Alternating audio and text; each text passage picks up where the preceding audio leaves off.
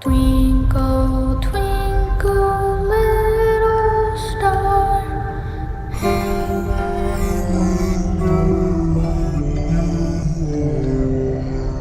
He's alive!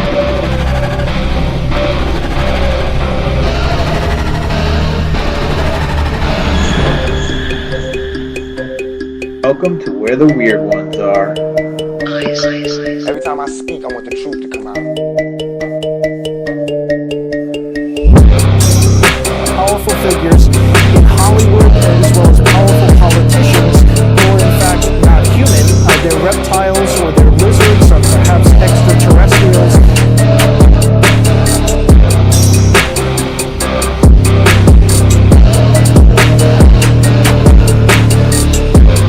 I don't think it is a human. I think it's a Sasquatch.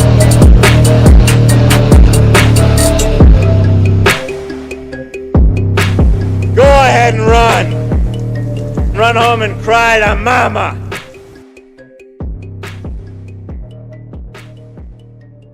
Let's get weird. What's up, you fucking weirdos? Welcome to another episode of Where the Weird Ones Are. My name is Kevin, but you probably already knew that, and if you didn't, now you do. And knowing is half the battle. So, anyways, G.I. Joe. Today's episode is with Josh Monday. He is a Christian rapper, and a podcaster. Um, a husband and devoted father. He's an awesome dude. I like him a lot. I like talking to him um every time I get the chance to. It's a good time. So today we discuss, the fallen angels, demons and giants. It's pretty interesting. Every time we talk with Josh, it's straight from biblical scripture. So, it's things that, tie into a lot of this that kind of gives us a glimpse into things from back then. Um, yeah. So again, obviously I don't expect like the religious stuff to be super popular. Um, just because I know where a lot of people's minds are at these days. So, but I mean, if you're into it and you're interested, I mean, even having opposing views or not believing in the Bible and stuff, it's still interesting to learn, I think. So, checking out his podcast is a good way to do so. And he did say that he does a segment on Cult of Conspiracy podcast. I think he said every Sunday. I could be incorrect. He does say it in this podcast. I just can't frickin' when I was looking at it, when I blah blah blah blah. Fucking, I can't talk. Um, yeah, I just can't frickin' I can't. I'm pretty sure he said Sunday. I'm pretty sure it is Sundays. Um, regardless, I think he's an amazing person. Definitely knowledgeable in everything that he talks about, and super fun to talk to. So yeah, check out his podcast if you're interested. It's Josh Monday Christian and Conspiracy Podcast. It's on YouTube. I believe his music is on YouTube as well and Spotify. I do think I'm pretty sure I saw it on Spotify when I looked him up on there. Because that's what I listen to most of my shit through is Spotify. Um, but yeah, it was a good conversation. Oh, quick shout out to Flavors of the Forest. They're amazing people, amazing friends, amazing sponsors. Love them to death. Can't speak highly enough of the garlic dust. So it's raw garlic dust, freeze dried, and it's super potent. You're gonna taste it in whatever the fuck you cook it in. And I put it in just about everything. um, every time I talk to you guys about it, I say it's better than anything you're gonna get at the store, and it is, and you should try it. And one good way to try it is if you're up for it. So I am doing a raffle as this comes out. You'll have a couple more days to get your tickets. So it's $5 a ticket, $10 for five. So $5 a ticket, $10 for five. Venmo me or PayPal me at Kevin Sapiel Jr. And you'll be and make sure you write raffle in when you send the money. And you'll be entered into a raffle, and there's three places. So first place, you get a tub of protein, you get coffee, you get all four hot sauces, you get a t-shirt of your choosing. And you know what? I'm gonna throw in a sweater as well, a hoodie. I'm gonna throw in one of my hoodies. So you can choose one of the hoodies, you can choose one of the t-shirts. Obviously I need your sizes anyway, to whoever wins. And I'm gonna throw in one of these garlics. So any of you guys listening are interested in that, you get to try everything that I'm doing. So you get to try the hot sauce, you get to try the protein, you get to try the coffee, you get to try the garlic, and you get a t-shirt and a hoodie. What? So yeah, it's going to a cause to help a friend, Amanda Goodwin. She's struggling down there in Florida. I just want to try and help her out. And I figured, doing this raffle, I could raise more money than I personally would be able to give her. So there is a GoFundMe page that our buddy David set up for her. So all of the money that gets sent to me for the raffle is going in to her GoFundMe as soon as I draw it, which also December 15th on Weird Java in the morning, I will be drawing for those places. So again, you get all that shit in first place, second place, you get the hot sauce and a t-shirt of your choosing, and third place, you get two of the hot sauces and a t-shirt of your choosing. So I have a lot of t-shirts. I have a lot of designs. Um, they all have my logo, so I apologize. It's just the way it is. But yeah, I really wanted to help Amanda because I love her. And she doesn't know that I'm doing this as far as I am aware of. So, but you should also check out Weird Java in the morning, Sunday morning, every Sunday morning, 9 a.m. Eastern, 8 a.m. Central. I do it with my buddy David. We talk about some, this day in history. We get into some news. We have a missing persons alert. We have David's creepy video of the week, and we do a segment where we show interesting and funny videos we see on TikTok, which actually YouTube isn't liking it, and it's striking me a lot with the copyright stuff from videos on TikTok. So I might have to stop that segment. I don't know yet, but we'll see. So this past Sunday, we had Jules Thorpe, who is the host of Missing in Hushtown. She is an investigator podcaster, so she investigates everything that she talks about. And the case that she just covered is happened in her hometown with Jennifer and with the disappearance of Jennifer and Adriana Wicks, mother and daughter, who went missing 20 years ago. So, and it kind of seems like they got the ball rolling, a little bit. Anyways, we'll see.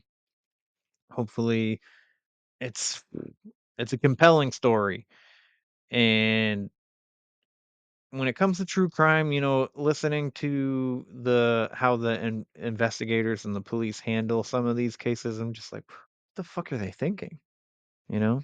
So you should go check that out if true crime's up your alley, and if not, you should check it out just to keep their names and memory in the forefront because they still haven't even been found. There's no remains as of yet. Anyway, as today that I'm recording this intro. So, but yeah, so we just had her on to discuss that case and stuff like that on Weird Java in the morning. So, which if you like coffee, you should definitely check out my coffee. It's in on the website where the weird ones are podcast.com. But enough about my shit. if you like today's episode, you like any of my other episodes, please like, follow, share, subscribe, leave a rating and review. I'd greatly appreciate it. And if your catcher does not allow you to leave a review, please leave one on the website where the weird ones are podcast.com. That's where you can get the merch. That's where you can get the hot sauce. That's where you can get the coffee. And soon you should be able to get the supplements. I'm still trying the shit out. I just tried the pre-workout, which is meh. It's okay. It's clean, but um yeah, and the next one that I'm gonna try is I think the electrolytes. Because I'm not doing the break chain amino acids because they got a lot of bullshit. A lot of bullshit. They got some dyes and shit in their BCA, so I don't want to use those. So, with that being said, again, if you're interested in the raffle, Venmo or PayPal, Kevin Sapiel Jr., Sapiel, that's how you spell it. It's pretty easy to find. I'm pretty sure that I'm the only Kevin Sapiel Jr. in the entire world. My last name is pretty unique, and it's pretty like only to the area of Maine and New Hampshire. That's the only place that you're really gonna find us with this last name. And I'm pretty sure there's other Kevin Sapiels. I know my dad, obviously my dad. And then I'm pretty sure there's some cousins that are also named Kevin with with the same last name, but I'm pretty sure I'm the only junior. Um but if you're having a hard time finding me on there and you do want to contribute to it, just email me and we'll figure that out. So, um, yeah. If you're interested in being featured on the show to tell your stories, talk about your research, talk about conspiracies, talk about mental health, all that shit, um, hit me up. Where the weird ones are at gmail.com. And remember, if you're experiencing any kind of distress, please dial 988 because nobody wants to be missing you. Nobody wants to grieve you. You do not understand the hole you are leaving behind because you are loved, you are wanted, and you deserve to be here. And I got that from Jules, Missing in Hushtown, and the Homicide Tree, which is another great production that they're doing, bringing light to people who haven't been found as well. Anyways, I'm not gonna get into it. I've already been talking your ear off enough. So without further ado, let's get into this with Josh, shall we? They're coming to get you, Barbara.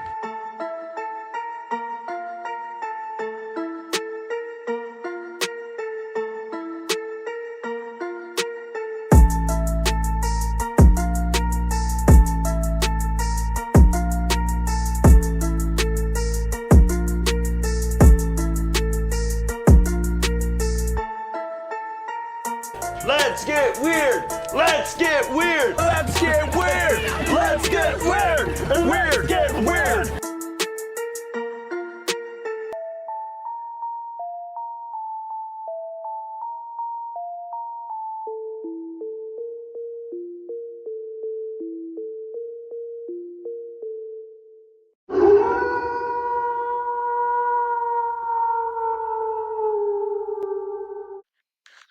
Hey, what's going on, dudes and dudettes? This is Drewski from Cryptid Warfare and Conspiracies Podcast, and you're listening to Kevin on Where the Weird Ones Are. What's up, everybody? Welcome to another episode. So happy to have you here. Today I have Josh Monday from the Josh Josh Monday. Monday pod. Yeah, it's Josh Monday Christian and Conspiracy Podcast. There we go. Yeah. I always want to say just Josh Monday conspiracy. I don't know why, but I Everybody always does. forget the Christian. They'll say like Christian and Conspiracy Podcast. So the reason why I have my name in it is because I was a Christian rapper too before I did this, so people knew my Yep. name, so it just kind of drew people to it. But and I have another show also that's on Cult of Conspiracy Podcast called Sunday Service. That's another one I like to shout out. And Ooh. it comes on every Sunday on Cult of Conspiracy, and that one is like all just Bible. And I go through the Bible, and I'm on Genesis 47 now. I went from Genesis 1 all the way to Genesis 47, chapter 47 through I've got 11 episodes out.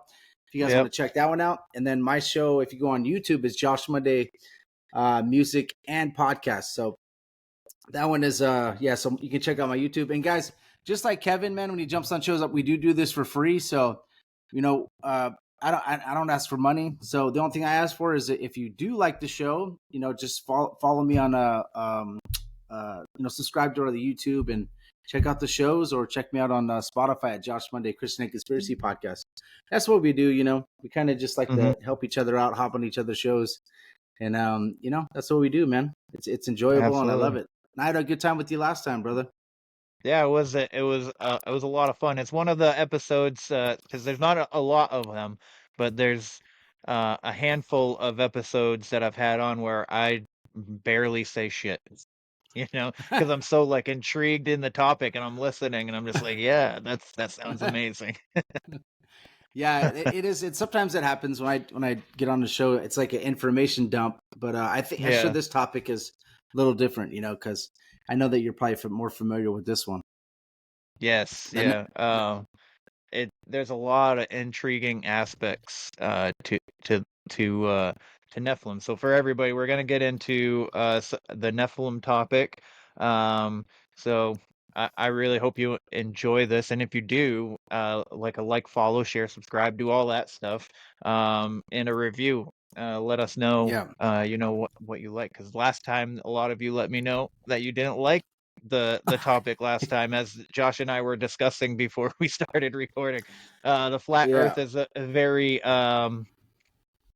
what's the word I want to say? Very taboo, I guess. Everybody's just like they're either for it or they're like, Yeah. So and what we did is we did biblical cosmology last time, so it was all just biblical and just showing you guys how different Bible verses connect. And if you're not for it, it's okay. And I don't obviously I don't judge anybody. Whatever you believe, we understand. It's hard to navigate through this life, bro. So, all right, so we'll start out, man. So Genesis 6 is the one of the meat and potatoes of the verses that where this is coming from, and it continues to the Bible. So Genesis 6, I'll read Genesis 6, 1-4. Now it came to pass, when man began to multiply on the face of the earth, and daughters were born to them, that the sons of God saw the daughters of men, and that they were beautiful, and they took wives for themselves of all whom they chose. And the Lord said, My spirit shall not strive with man forever, for he is indeed flesh, yet his days shall be numbered to 120 years.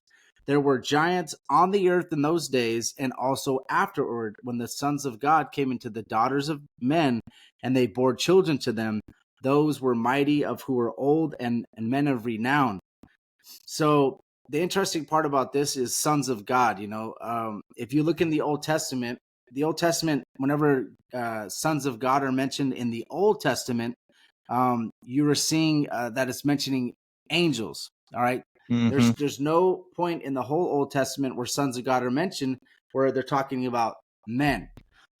There's two different views on this verse here, and it's more of a secular, I would say secular liberal view, is that the sons of God were the sons of Cain, and the daughters of men were the sons of God were the daughters of Seth, and then the daughters were the daughters of Cain. That's that's the way they interpret this. So I just want to let you guys know that there's two different views on this. The view that I hold is that the sons of God, which you mentioned throughout the whole Old Testament, the word is Benai Elohim. The whole Old Testament, when they say sons of God, it means angels. And another thing that would kind of block that whole Seth and Cain theory is that, first of all, why would they bore giants if a non-believer hooked up with a believer? If that was the truth, then we would be like, okay, I believe in God and I want to have a basketball team, so let me hook up with these non-believers, and then we have giants, and then go form an Olympic basketball team.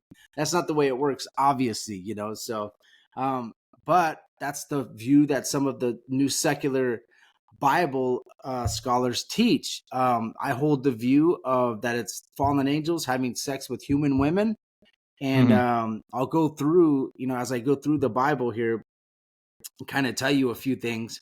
Then I want to kind of then I'll show you guys exactly why I have that belief. But if you go into the Old Testament, like there's a verse in Job, like Job 1:6, where it says that it's talking about the devil or Satan. He comes before God, and behind him is the sons of God, which are angels, and there's other verses throughout the Bible where you're going to see that. Where you're going to see that the sons of God. I'm going to pull up my other notes. I think the one I just pulled up right now was just questions from my roundtable. So let me see, Genesis 6. Yeah. So yeah, I got so many notes, guys. I'm so sorry. Sometimes I wish that they included the Book of Enoch into the Bible, because I don't know, like, I guess they deemed it more supernatural than anything, that aspect. But that's probably the only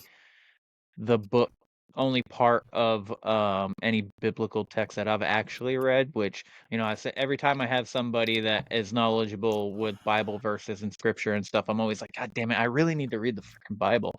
And I'm just like, ah, man. So but yeah, the first time I read Enoch, I was just like, there's giants? Like, what in the world? Um so basically it's like it's blasphemy, or like it's diluting the two races. God's intention was never for them to mingle. And so they bore these grotesque children that were cannibalistic and whatnot in that book. And I was just like, wow, this is interesting. No Yeah, wonder and why he flooded the earth. yeah, exactly. Very good point, bro. And one verse I like to go back to also show you that angels do have a seed is Genesis 3:13, 3:13 through 15. Hmm. It says, "And the Lord God said to the woman, what have you done?" This is talking about Eve. And then the serpent, she said that the serpent deceived me. And so the Lord God said to the serpent, "Because you have done this, you are cursed more than all the cattle, every beast of the field. On your belly you shall go, and that you shall eat the dust of all the days of your life," which everybody knows about. And then listen to Hmm. this. It says, "And I will put enmity between you and the woman, between your seed and her seed. He shall bruise your heel, and you shall bruise his heel." It actually means bruise your head if you look in the Hebrew on the other one. So it says between your seed and her seed. So he's speaking to Satan, right? A fallen angel, saying that Hmm. he has a seed. You see what I mean? So a Yeah. seed meaning that he can have children, born children. So what some people like Ryan Pitterson and some of these gentlemen that dig deep into these verses, what he came out with was that the Antichrist could literally be Satan's seed. That's one way to interpret this. But I just Hmm. want to point out the fact that Satan has a seed. A fallen angel can have children, right? That's what that's what God is saying right now when he's speaking to Satan, right? So I think that's really interesting. And this is like after this happens, this is like a cosmic war, and the seed of Eve is not, like, because what he thought, I think the devil thought, you know what, between Cain and Abel's bringing these proper sacrifices to God. I think this is probably the seed. I'm going to have him killed. So he has Cain kill Abel. Now he tempts Cain to kill Abel, right? So that's Hmm. what I believe he thought. He was like, cool, I got rid of the seed. So no, that's not what happened. No, the seed was actually talking about Jesus Christ, right? The Messiah that comes later, right? So he didn't know that. So he thinks by killing Abel, then he's cool. He kills the seed. But so there's a cosmic war between God and Satan throughout the Bible for seed, for DNA. You see what I mean? So I'm glad I pulled these notes up, because the other notes I had a whole bunch of questions for my roundtable I had on this subject, and I was like, "Whoops!" So sorry about that, guys. Wrong notes. But yeah, so there's like like a cosmic war now for the seed. It's like a seed battle, because now Satan, obviously he doesn't know the future, but he does know your past. You see what I mean? So Satan is trying to guess which one is the seed. I need to try to kill that seed, because he knows it's gonna bruise his heel, right? And that's what you notice throughout the Bible. So one of the ways I believe that Satan, enticed these angels to come down and have sex with these women. So what does it do? It messes up the DNA. So he thinks, well, if Cain is not the seed, then which seed is it? So he continues to try to mess the DNA up. And as we can see, as Kevin was talking about, no wonder why they flooded the earth. Yeah, very true. Because them having the sex with these women and causing this Nephilim, what's the word for that is fallen, right? It means earthborn or fallen. I'll tell you guys what it means right here. So, the word is earthborn or fallen, right? It's Nephal, and then and the very interesting thing, bro, is also where it says the mighty men, which were old men of renown. Now, the author of Genesis is Moses, right? So what he's telling you is the mighty men, which are of old men of renown. What that means is the people that everybody's been talking about at that time, because that means that like they've been speaking about these Nephilim, like dang, they were like kind of similar to stories that you hear, like Hercules is like where a God had sex with a woman. What happened? You have a Hercules, strong, he wasn't. They didn't seem so much of a giant in stature, but more of strong and superhuman strength, right? So that's what's super interesting about it. But as you can tell, just real go ahead, quick, so I had a gentleman on. Actually, his episode just came out this week, this past week, and we got into the Esau, Jacob and Esau and stuff like that, and Cain and Yes. Abel stuff, and then we got talking about the angels sleeping with men's women, and Yeah. he said that it's interesting because he never really thought about it. The Eve is always depicted as consuming an apple, and that was like from the tree of knowledge and whatnot. And the only thing I guess it says, maybe you'll know this too, is because I haven't read it again, which I really should. He says that Eve partook of the tree. It doesn't say anything about eating an apple or anything, and he said that a lot of times angels are referred to as trees. So he thinks that maybe the tree was an angel, and So that what he thinks, this is what he thinks. I'll tell you exactly it, what I believe he thinks. I believe he thinks that maybe Satan had sex with Eve, and then they yes, bore Cain, right? yep, Now, there's a problem with that, because actually it says that Cain came from God a little bit later as you read. It says that God sent us Cain, like in the. So I believe that is going to contradict that, right? So, oh, but okay, yeah, yeah. So some people believe that seed, Satan's seed is Cain, and then God's seed is Seth, right? So that's what they mm-hmm. believe, right? I'm sorry, God's seed was Abel. You see what I mean? So there is, Yeah, but one thing you got to understand, bro, as we continue to go through this, if that was true, then Satan would not be walking around tempting us right now. Because what happens to these fallen angels that had sex with women, and when you go into the book of Jude and Peter, which we're going to get into, that dude, they get sent to the bottomless pit, bro. They're actually like enchained. It's like mm-hmm. the punishment is unbearable for these things, bro. It's not like God just says, okay, you want to do that, then you're okay, So I believe that there's a few things to that I would say that I don't believe is true, but it does say partake, and it talks about the forbidden fruit, and it doesn't necessarily say an apple like some people try to say. It just says forbidden fruit. So, but yeah, there's a few reasons why I would counter what that gentleman says. So, and then also, so what I wanted to say, this is the verse I wanted to say where sons of God, when they're mentioned in the Bible in the Old Testament, is Job 1:6, and it says, "Now there was a day when the sons of God, the Benai Elohim, came to present themselves before the Lord, and Satan also came among them."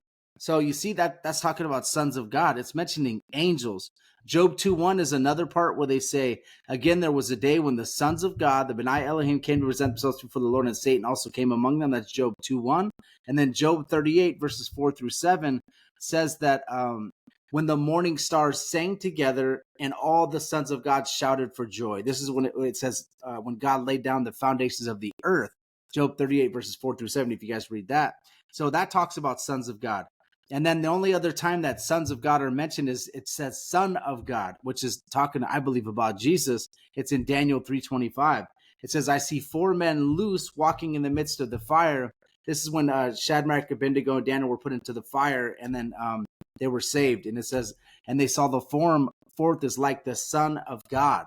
Right? So anytime you hear the sons of God in the Old Testament, they're speaking of angels. They're not, that's in context, they're referring to angels, not referring to not referring to men or women. Now, in the New Testament, it says when you get saved, then you become a son of God. But we are adopted sons of God.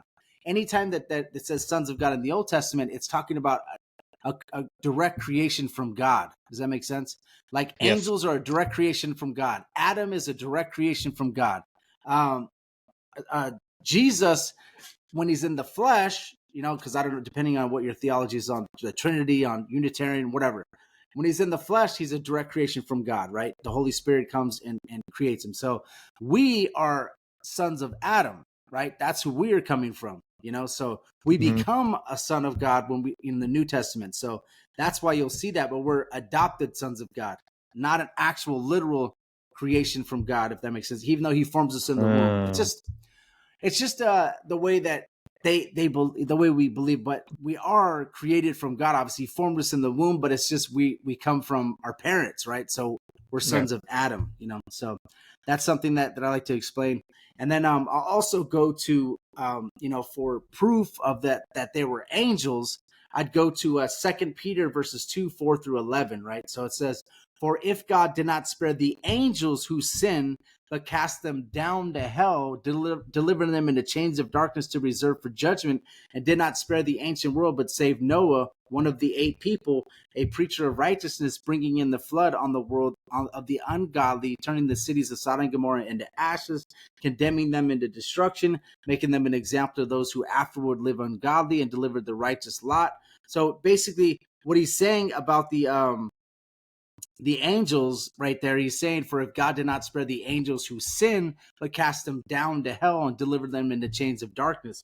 So as you see in the book of Jude, which I'll go over, they're actually in chains, literal chains, bro. So the reason why they can be in chains, when we go into Jude, I'll show you why. Because what they did is, when they came down, in the book of Peter, it says that they left their first estate, which means that they left their heaven to come down in the form of a human.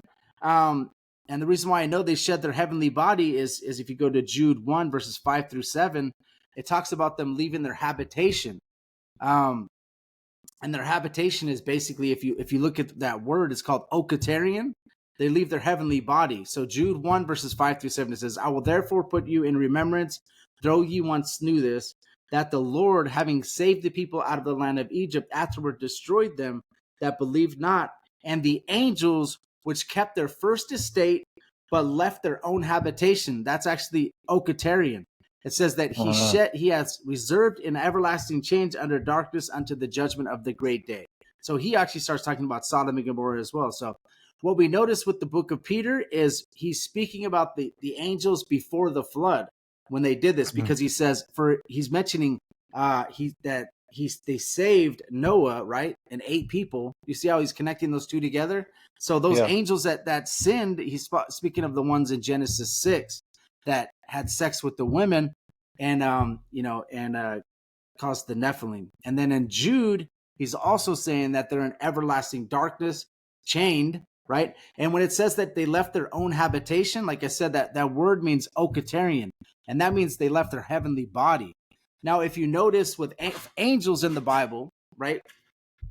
With angels in the Bible, if you look at like in Genesis where they met with, so Abraham, the Lord appeared to Abraham, and they said that there was 3 men, but what ended up being is actually God and 2 angels, and they're actually having food together. It's crazy. It's in Genesis 18, right before Sodom and Gomorrah. And those 2 angels, God sent the 2 angels to Sodom and Gomorrah, and he said that he's been, I want to make sure that they are doing the things that have been reported to me, with all the sexual acts and everything that's happening. So the 2 angels go into the city, and Lot is standing there at the gate, and then he greets these angels. He kind of bows down to them, takes them in. They come into his house, or actually they tell him, "Hey, we're gonna stay in the city." I'm paraphrasing here, and they say, and then Lot tells him, "No, you're gonna stay with me," because how evil all the people are. He wanted to make sure that the angels stayed with him. At the moment, he probably thought they were either angels or 2 men. They probably looked beautiful, but they come. My whole point to this is they come down in the form of humans.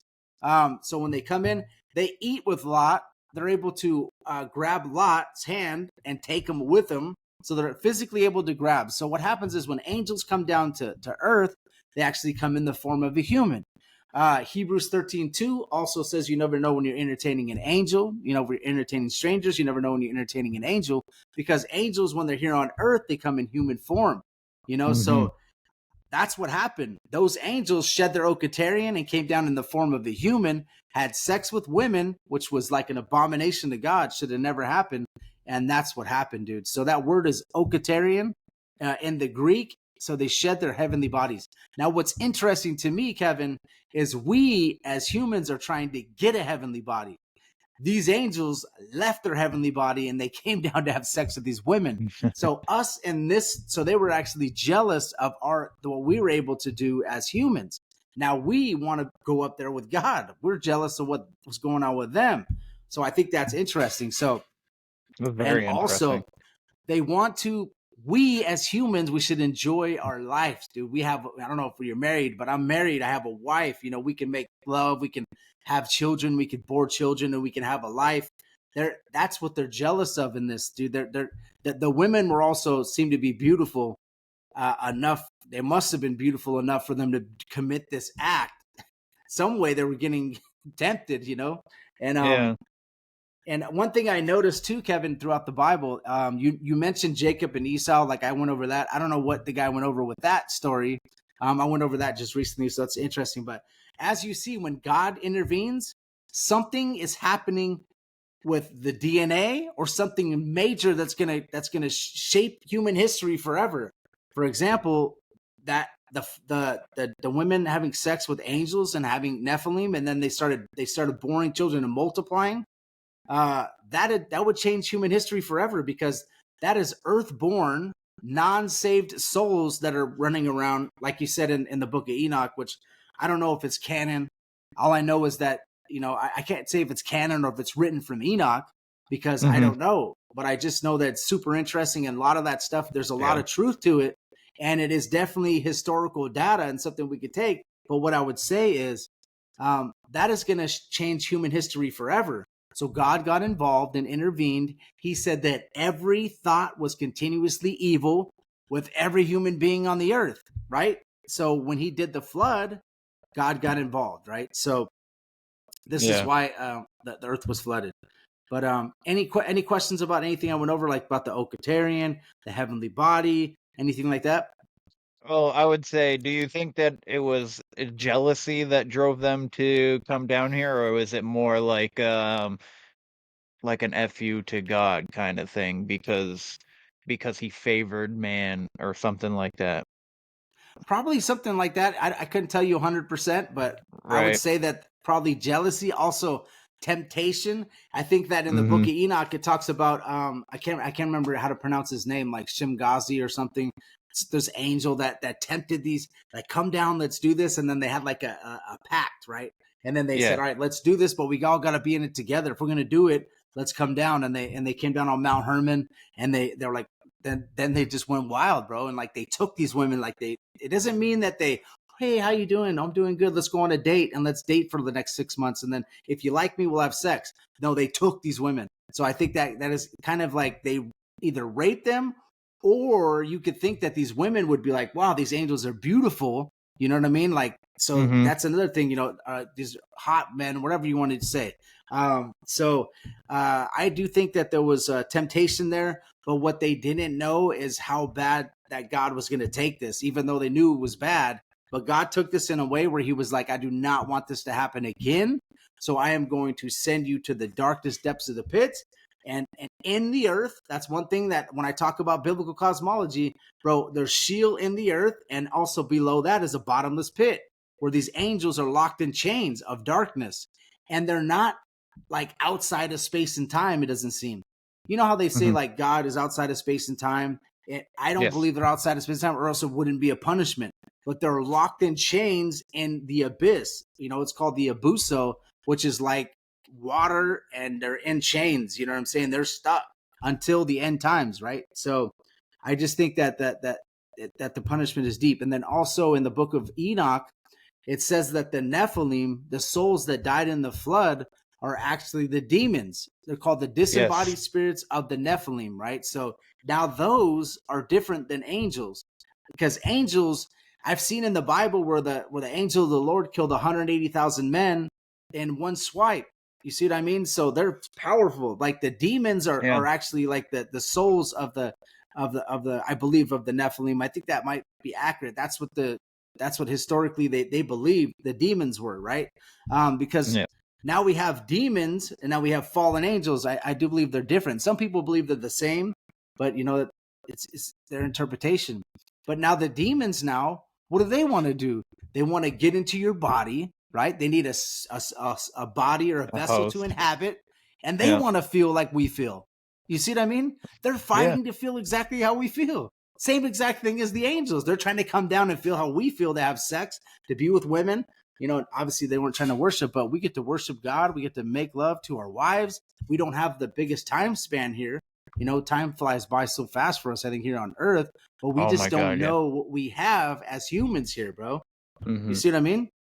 Absolutely. We don't know. Absolutely. It's interesting. Like,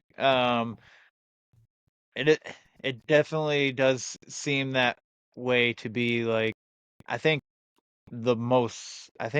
we have like the most unique experience out of all of God's creation, because we cohabit with a whole bunch of animals and stuff, and and everything that God has created. Like, he just felt like the world needed one of us, and boom, we're here. um and I think our whole existence is supposed to be, we're supposed to experience and give love. So we're supposed to feel and receive and give love. And I think that's the whole point.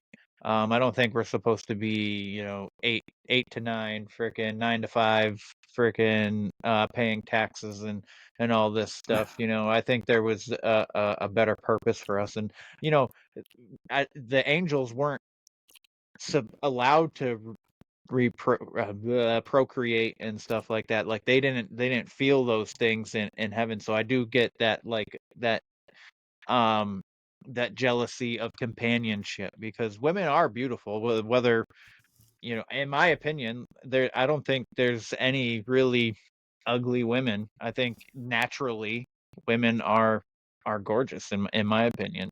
Um and I can see why they're like, man, these guys they don't know what they have, and we're gonna go and we're gonna take what they have. um Yeah. it's an interesting story, and to have these creatures come out of it, the Nephilim, or giants, and these cannibalistic things, that stories that I've heard. And we had the David and Goliath thing, um and he flooded the earth. And I think that everybody's like, well, how come if your God is so loving, how come he's so wrathful? Why is he so mean, and blah blah blah blah? And I was like, I don't think he was mean. I think he was just trying to get rid of things that he didn't want here, and not us in particular. Yeah, and you can So, imagine, bro, if every thought was evil continuously. Think about this, bro. Imagine a life where you're walking down the street and there's murder happening everywhere, orgies happening everywhere, sex is happening everywhere, and you're just like, dude, I can't even handle this, bro. Like, you can imagine if you had any bit of righteousness in you, and all that was happening. Plus, there's Nephilim eating people. I mean, it literally says they're cannibals, right? And all this stuff, and eating the birds, eating the animals. It just was crazy. It had to be, because God said that every thought was evil continuously, and it grieved God when he was watching the way the people were. This act can actually just corrupted the DNA of man. And that's just something you just can't have. The Messiah is going to come through some line. Which line is it going to be? That's why when it comes to Noah, it talks about his lineage being is his genealogy, right? It says, but Noah found grace in the eyes of God. This is Genesis 6:9-12. It says, this is the genealogy of Noah. It says that he was a just man, perfect in his generations. and Noah walked with God. So what people take there sometimes to say that he's a perfect, like he walked with God like Jesus did, that's not what it means. It says he's perfect in his generations. So when you look at generations, that means that like his genealogy, his DNA. So he didn't have that DNA of the Nephilim. So God saved him. And then there's Shem, Ham, Japheth, and then their wives, right? And then his wife. So that's 8 people. So, and the earth was filled with violence. So God looked upon the earth, and indeed it was corrupt, for all flesh had been corrupted in their way on the earth. So all flesh is corrupted. What does that mean? All flesh means that the DNA was all messed up now at this point, where they began to multiply. And you can understand why, because wives back then were looking for someone massive, big to protect for security. That's why they would get with these bigger giants, and then they would be protected. They're obviously hunters, gatherers. They would be easily hunting, bringing food for their family. So that would be an attractive thing for them. So that's probably why they were multiplying and having sex with women. But in Genesis 6, 5-9, it kind of tells you, it says, and God saw that the wickedness of man was great in the earth, and that every imagination of the thoughts of his heart was evil continually. And it repented the Lord that he had made man on the earth, and it grieved him at his heart. You understand? Like before this is not like a God that's just like, these people, I don't like these people, so I'm going to get rid of them and start over again. Dude, this is grieving him. Like this is making him feel, he has this emotion, and he's seeing that he knows our hearts. So imagine the way he was feeling. Like he knows your heart, Kevin. He knows my heart. So I try to do my best to walk with God, and like when I fail, like I can imagine that it's grieving the Holy Spirit. I can imagine that, but I'm not like these people were. Obviously this is like where God was. It says that their hearts, the thoughts in his heart, and evil continuously, and it repented the Lord that he even made man, period. So this must have been absolute chaos happening. So when people say like, oh, what kind of God do you have? Well, when an event like this happens, where his angels that he created come down and have sex with women, and the DNA gets messed up, and there's all this evil continually, that must have been something that grieved him, like, and it must have grieved him to even destroy all the people that he destroyed, But it says, I will destroy man who I am created from the face of the earth, both man and beast and creeping thing and fowls of the earth, for it repenteth me that I have made them. But Noah found grace in the eyes of the Lord, and then it goes on to his genealogy. So perfect in his generations. My whole point to this part right here is that means he's perfect in his DNA, his generations. That's what that word means. So that's what it was. So now something did happen, and that word is tamayim. If you guys want to find out what perfect means, it's like blemish. His genealogy had no blemish, right? Without spot. So so reasons why God flooded the earth was because the wickedness of man was evil continuously, right? God was grieved in his heart, and he had to wipe out the DNA of the Nephilim because all flesh was corrupted. Okay, so just like Kevin was saying earlier, that's why I believe the flood happened. So this is something that atheists and people that don't read the Bible would try to counter somebody with, oh, your God is disgusting. Look at, he killed all these men, women, and children, and why is he doing this? But they don't understand this part of the story for them to know why the flood happened in the first place. And they don't understand this part of the story, why in Numbers God would say kill all the men, the women, and children of this particular tribe. Why? Because even after the flood, because it does say even after that there was giants, and there's a few different things on that. Was there a second incursion where angels had sex with women again? But you do notice right after the flood, what do you see? You see David versus Goliath. You see Raphaim as well. In like Genesis 15, there's a war between it's called the 5 Kings and 4 Kings War, and it's like Sodom and Gomorrah are involved, the Raphaim are involved, and other tribes are fighting against Abraham and his clique that he has. Like I think it's 316 men, and they're all fighting. And you see the word Raphaim. Like, what does that mean? Raphaim is a tribe of giants. So that's even after the flood. That's Genesis 15. You see, so.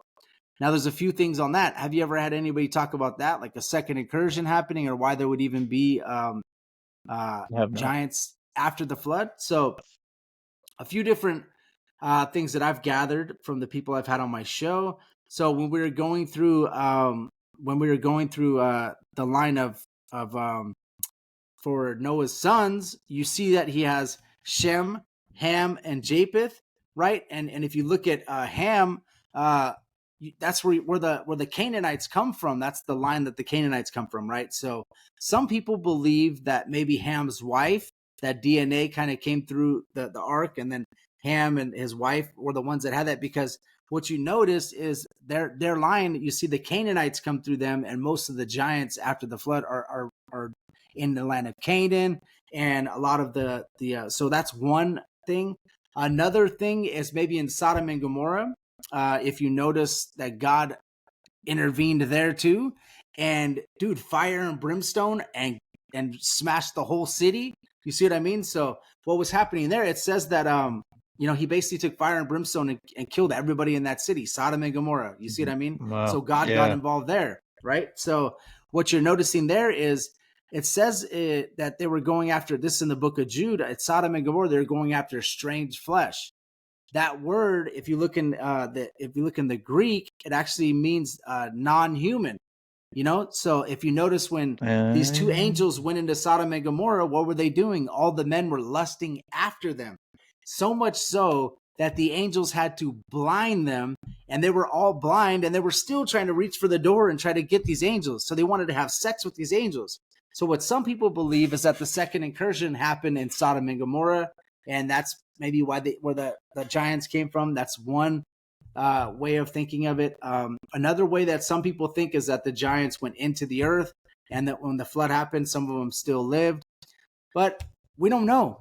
The Bible is not clear on why there's still giants after the flood. We don't know exactly, but it's just all speculation. But for some reason, there was. Now the giants that I think that were after the flood were they're not referred to as Nephilim. They're referred to as Raphaim.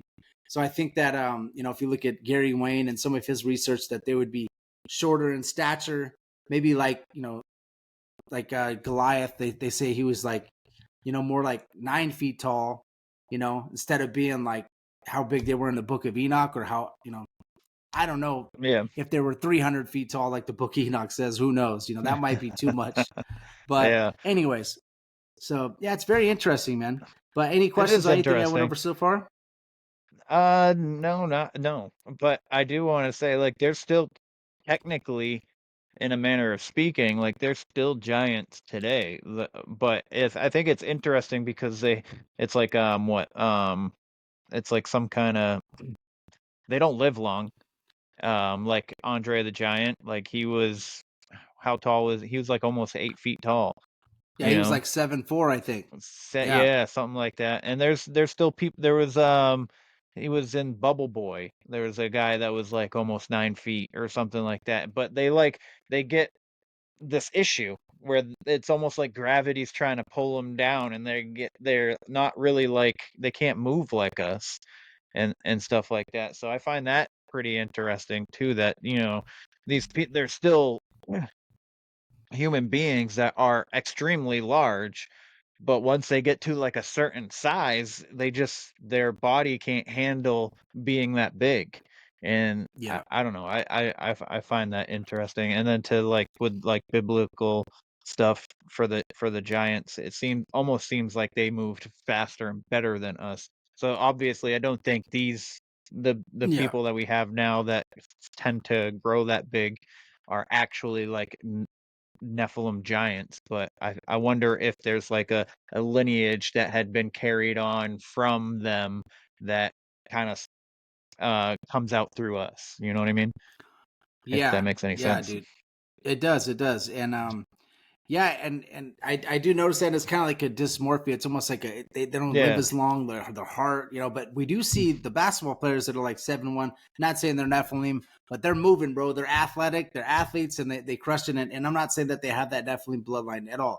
I'm just saying you do see bigger people able to do that. But yeah, I do think that they were athletic, massive, strong stature. They're men of renown. Like they probably were warriors. It seems like they used these Raphaim in Genesis 15 to protect around their armies, so that was like the first line of defense was the Raphaim. So they're killing probably more men at one time. So I just think that it just gets really interesting, man. And the word Raphaim too, it's a giant tribe. It means tribe, but the word Rapha means heal quickly. So that's something that's really interesting in the Hebrew, right? So I think that may be one of the reasons why when David versus Goliath, he took 5 stones with him, 1 stone for each brother, for Goliath and each of his brother. And when he hit him with the stone, it knocked him straight face first. And what did he do? He took his sword out, Goliath's sword, and he cut his head off, held his head up. Everybody was probably like, wow, look at this dude. Now, he cut his head off, I believe. Maybe that's because maybe they were able to heal quicker than us.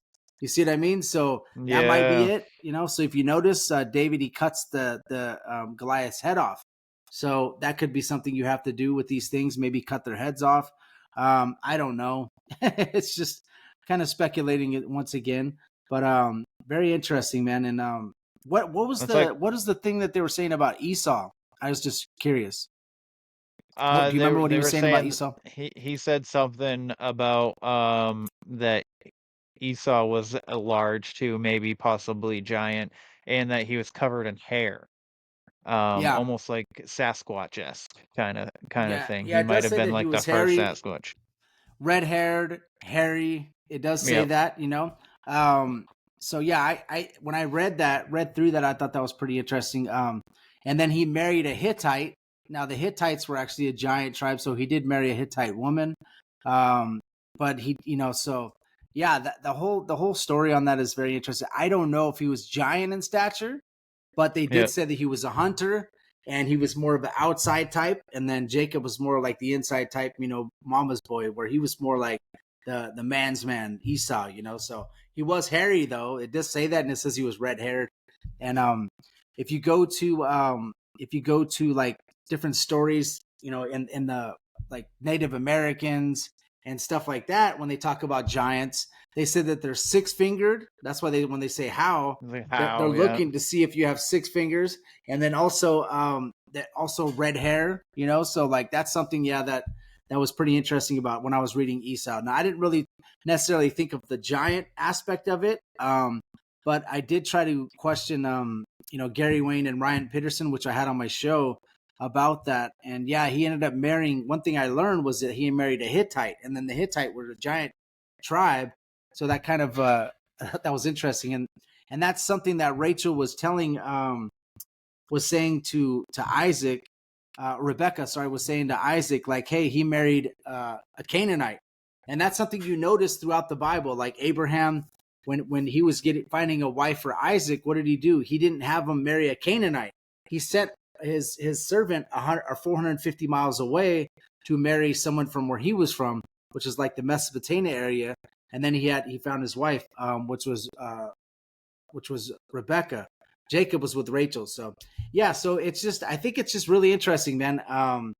How that where they're trying not to marry the Canaanite line. If you see all the Canaanites, a lot of the giant tribes were in the land of Canaan. So yeah, the Bible, man. I just went over the whole book of Genesis, so I got a whole bunch of you know, stuff on that at the moment, you know. But yeah, very interesting. Another thing I thought was interesting is the Committee of 300. I don't know if you know who they are. They're like I don't. Okay, the Committee of 300 are like, you know, if you look at, there's like a pyramid of power in the world that they say, you know, so there's like the world monastery, and then below that there's like the Council of 33 or the Invisible 33, and then there's a Council of 13 above that, and then below that is something called the Committee of 300. It's like they say that King Charles is like above all of that, and there's a bunch of blue blood, and they call themselves the Olympians. That's one of their nicknames. So the Committee of 300 is like 300 families that supposedly rule the earth, make all the decisions, and they call themselves the Olympians. And in the Greek, that's the giants. You know, so who knows if that's the Nephilim bloodline, bro, running through there? You know, I don't know. They try to track themselves back to Nimrod, though. If you look at the Rothschilds, what they do is they say that their bloodline goes back to Nimrod, which if you look at Nimrod in the Bible, it says that he became a mighty man, or men of renown, or Gabor is what that word is. It's almost like he became a giant. That's what they try to say. I don't know. Maybe he just became mighty. They said he was a mighty warrior, a hunter of men, right? So that's another. They said that they're. So I just thought that was interesting. And then Another part of the Bible I thought was pretty interesting was Psalms 82 verses 1 through 8. If you guys check this out. Now it says that God, he stands in the congregation of the mighty. He judges among the gods. How long will you judge unjustly and show partiality to the wicked? Salah, defend the poor, and Salah means peace. Defend the poor and fatherless. Do justice to the afflicted and needy. Deliver the poor and needy free from them. The hand of wicked they do not know, nor do they understand. They will walk in the darkness, all the foundations of the earth. You are gods. These are lowercase g, and all who are children of the Most High, but you shall die like men and fall like one of the princes. Rise, O God, judge the earth, and you shall inherit all nations. So this is like he stands in the congregation of the mighty. This is God, the Most High, speaking to lowercase g gods, which I believe are like angels. And I do believe that there's angels that are like above different nations. The reason why I go to that is because and I think fallen angels are above some of these nations. If you notice, some of them are evil, right? So, so if I go to the book of Daniel, it talks about the prince of Persia fighting against Daniel, or Michael the archangel. Sorry, and when he's trying to answer a prayer, he's coming down. He's fighting against the prince of Persia. So there is things happening in the first heaven between earth and heaven. When I was talking about biblical cosmology, I know people don't want to know about that, but the firmament, I think that there's actually things happening there, spiritual battles happening there. And pastors will say it today, even though they don't believe the same cosmology as me, that where space is located, that's where these battles are happening between fallen angels. We're having prayers answered. Look at the story of Jacob's ladder, right? It's talking about he had a dream. He sees the angels coming up and down this ladder and going to heaven where God's throne is located, right? That is interesting, bro. Very. Biblical cosmology wise, because if he's sitting on earth and there's a ladder going to heaven, which I believe heaven is up, and they're coming up and down, God is just showing him that what he's showing Jacob is that he's there for him. He's there in that land. And Jacob is like, he's forgetting about God, like forgetting about the promise. God is reminding him, and he's seeing angels going up and down this ladder to heaven. Am I saying that's what literally happens? No, I'm just saying that God gave him a vision or a dream showing him that angels are coming up and down. That's what's happening, bro.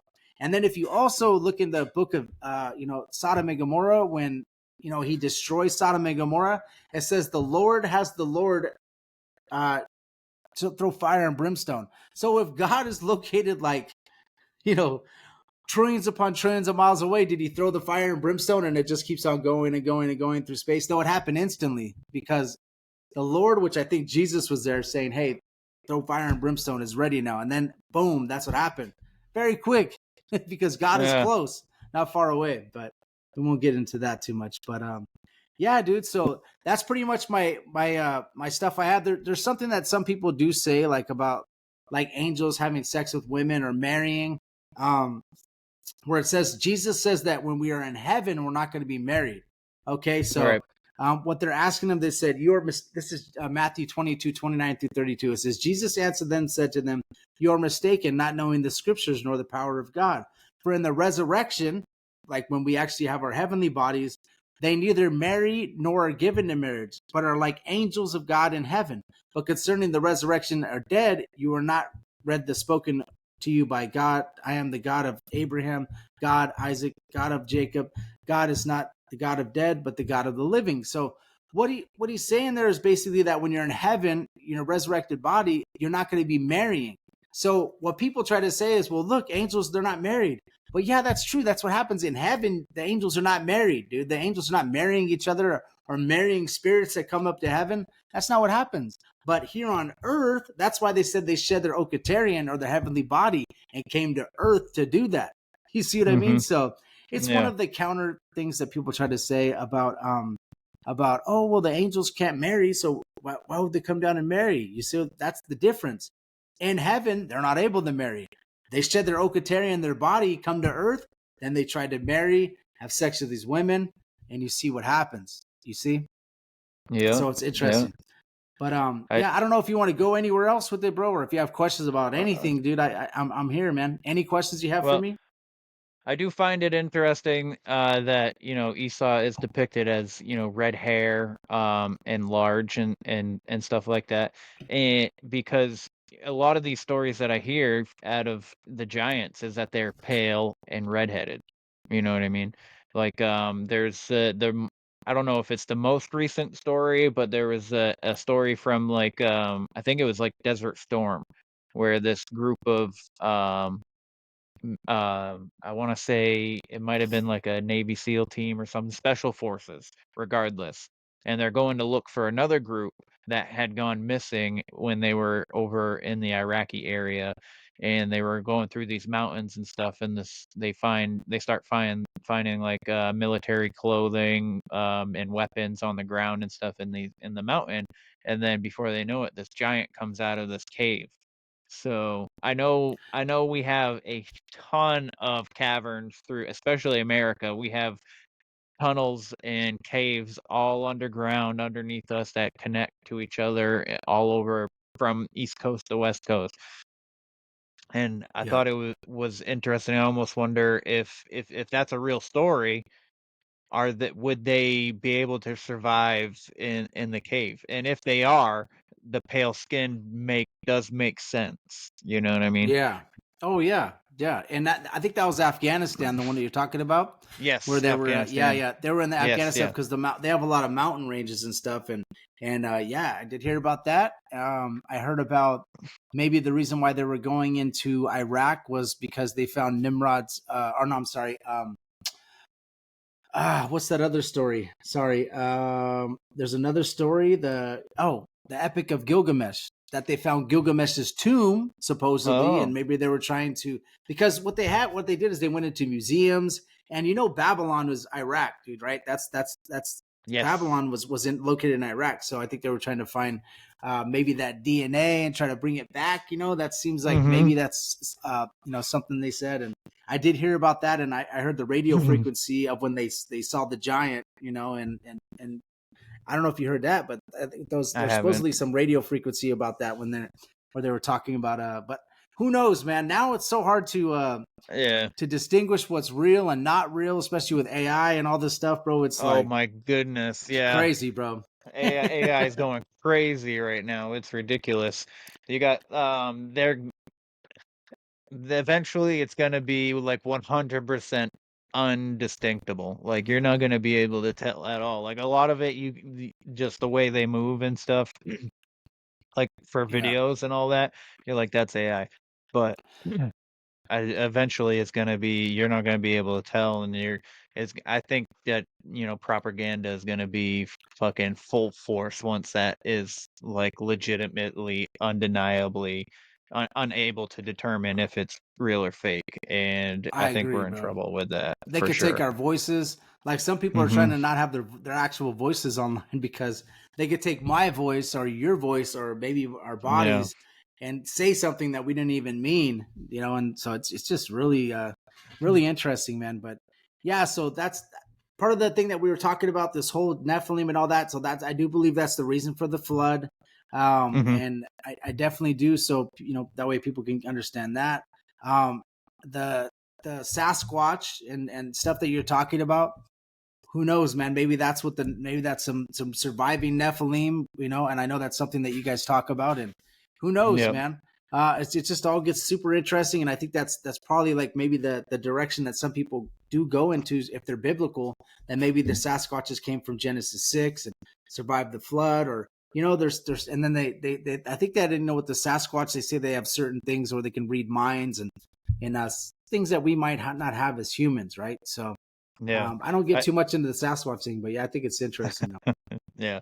I do find it interesting how we have so many of these like capitol buildings and stuff with these like 15-foot doors and windows and stuff like that are at 10 times bigger than us. We were doing this on horse and buggy, a lot of these buildings and moving stuff around, and the fact that made these big, extravagant architectural buildings before. I mean, you look at modern I know a lot of modern construction is built to be really quick. Like that's their main purpose. Like let's get this done as quick as possible, but also look fairly nice. Whereas I know back then they took a lot longer time, but it's just I don't know. It's weird to me for number one stones. Like we can get in. Like you could talk about the pyramids. I think a lot of these buildings, especially where they're half of them are underground and their windows and doors like half underground, is also interesting because the Earth takes back everything. Mm-hmm. So Yeah. we can see that on Easter Island with the heads. They dug into the ground and found more of the statues, like a lot, Yeah. well, pretty far into the ground. So I I've always thrown the theory around that giants were everywhere all the Yeah. time, and that they built some of these buildings. Maybe they even, carried the stones for the pyramids and stuff. There's no evidence to any of that, but it's just a thought that Yeah. I throw around once in a while, especially with like the Tartaria stuff, the mud floods, and all that stuff. Because Yeah. Yeah. I frequency, noticed that. There's like doors yeah, that are huge, bro, that they open that's hard to lock. The lock's like high. Yeah. So there's yeah, a lot of stuff, man, and a lot of things that people don't know is that it all goes back to the Bible, man, and it's like biblical. And mm-hmm, there's stories in the Bible that'll blow you away, man. I'm going through Genesis. I'm all the way to Genesis 47, and there's so much drama built in. There's so many things in these stories and stuff in the Bible that the Bible comes alive, bro, and it's amazing, So it's just something I encourage people to do, and if you need somebody to go through the Bible and do like a Bible study version, then I do that. But there's also plenty of pastors out there. If you want to just learn a certain section that they go through the Bible, let's say if you just say, you know what, I'm going to take 15, 20 minutes a day, an hour a day, and listen to somebody go through the Bible, the book of Genesis. There's a lot of things out there you can listen to, but I just recommend it, man. It'll definitely bless you. You'll learn, if you don't want to be a believer, at least you'll learn certain things about history that I believe was true. And then maybe, hopefully, at some point you do become a believer. I think it's very vastly important, man. Especially in these times, man. What do we see, dude? Like, if you look at America, for example, just go to the Capitol, bro. Like, you're gonna see what they worship. It's not God of the mm-hmm, Bible. It's the opposite, dude. You have something that's like the Washington Monument. That's a giant phallus. In Rome, if you go to the Vatican, what's in the middle there? A giant phallus. If you go mm-hmm. to England, where they have the England, Bank of England, what do we have? We have a giant phallus. In certain areas, you have a giant phallus. That is actually representative of Baal or representative of Osiris. That's the worshiping opposite of God. Okay, that thing mm-hmm, is also 666 feet tall. Now, not when you actually measure it from the ground, but how far down it goes. It goes like 111 feet down and it's 550 feet tall. That's 666 feet tall. And also, if you look how wide it is, it's 66.6 inches wide and it goes three sides, right? So, and on the very wow, tippity top of the Washington Monument, what do you have? You have oh, Masonic stuff about George Washington. You see what I mean, bro? If you look at what we have here in America, everything is going against God. Now, you might not God, think so, but if you know, you know. Supreme 33, the Council 33 is in Washington, D.C. That's like the highest Freemason thing in America. The Supreme 33, you go downstairs and you see what? You see a Bible, a Quran, a Torah, all on this altar. And dude, they're trying to, dude, it's crazy, bro. But I just want to let you guys know that you could be on, you could only worship one master. You could worship God, the true God, I believe, or you could worship Satan, even though you don't know you are. It's the God of man, is what the Bible says, but I think that's Satan. But even though you don't know yeah, you are, you're either worshiping God or you're worshiping Satan in a way, even though you're not in a cloak sacrificing babies. If you're not worshiping God, you are worshiping the other way, So what I encourage people to do is just get into the word and try to get a relationship with God the best as you can. Not religion. I'm not saying that you need to be religious and all about religion, but at least start a relationship and start reading the Bible, man, and do what you do. So yeah, I really encourage yeah. that. Me too. Because I've talked about it a couple times now on the podcast. My son has randomly become very all about God and talks about loving Jesus. He actually started a TikTok where he shares scripture and stuff like that. And he talks to me about it. And I've never raised either one of any of my kids to think one certain way. I want them to develop it on their own. And I do think that especially with a lot of the conversations that I have with, people like you and stuff, I feel like God put it into his heart to try and put it into my heart. You know what I mean? Wow. To speak to me that way because he knows how important my kids are to me, you know? Yeah. Yes, and it's actually, and it's the crazy thing is he provides us with children because Mhm. he wants us to make sons of God, right? He wants us to encourage them to read the Bible, and it's happening the opposite way for you. So that's amazing, bro. That Yeah. your children are into the Bible, and you can just see, dude, it's going to start tugging on you, everybody that's listening at some point, because you see the evil in the world right now. Okay, you see it, dude. Like you could literally see it on TV. I have all these people that tell me, oh man, it's so demonic. There's so many demons in Hollywood and all these conspiracies that people talk about. But what they don't understand is, well, what is the opposite of that, bro? It's God, the Bible. So you need to be on that side. If you don't like the demons and Sam Smith up there dancing with a bunch of trans, well, you need to go to God then. That's the righteous, that's the good, that's the part that's going to help you. So I just, the reason why I have a show called Josh Monday Christian and Conspiracy Podcast is because I will go deep into conspiracies and show you the conspiracy type part. But Mhm. I don't want to just leave you there hanging. That's what happens. You go down all these conspiracy holes and you're hanging like, what's the answer? Well, I don't have the answer. Well, I do have the answer, dude. It's God, bro. It's Jesus. It's getting saved. That's the answer. So all these conspiracies are fun, but dude, all the evil that's in the world, well, there's a counter to that. It's God, dude, and God wins in the end. But you want to be on that side, not these evil demonic people side, dude. You don't want to be on that side. So that's just something I encourage. I don't force it. I don't Bible thump, but it's something I encourage everybody to look into. You can obviously see with your own eyes and your own heart what's happening in the world today. And I'm sure people don't like it, but you don't just have to not like it. You can actually join the right side, dude, which is Jesus Christ. Get saved. It's God of the Bible. Learn, get a relationship, and it'll help you throughout your life. Believe me, 100%.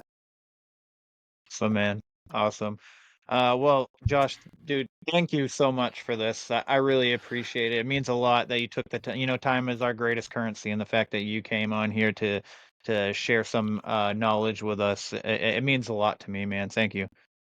Thank you. No problem. Like I said, anytime I try to jump on people's shows, and the podcast industry is really about helping people out, and dude, the Yeah, podcast industry, there's some great people, some beautiful people, and that's a great community. So I'm absolutely. always here to help you out and share, man. So I'll shout out myself once again. So my Yep. show on audio is Josh Monday Christian and Conspiracy Podcast. That's my normal show.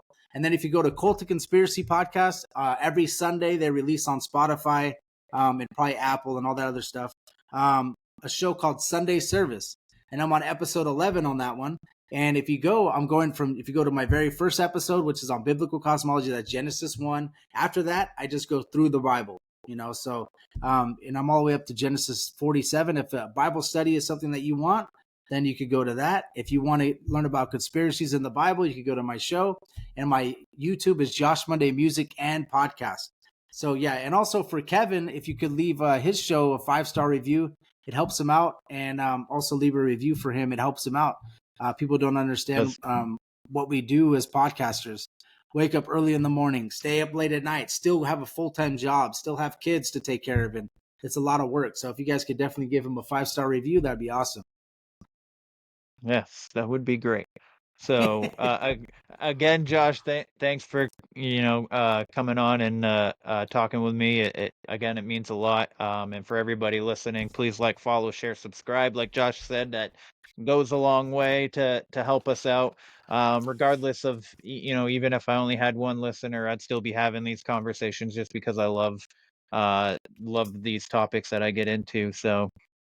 Yeah, leave a rating review. If your catcher doesn't allow a review, you can leave a review on the website, where the weird ones are, podcast.com. That is also where you can get merch, the hot sauce, and the coffee, and soon to be supplements.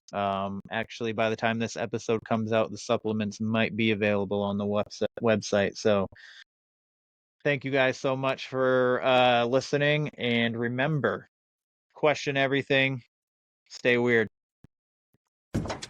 This concludes our broadcast day. Click.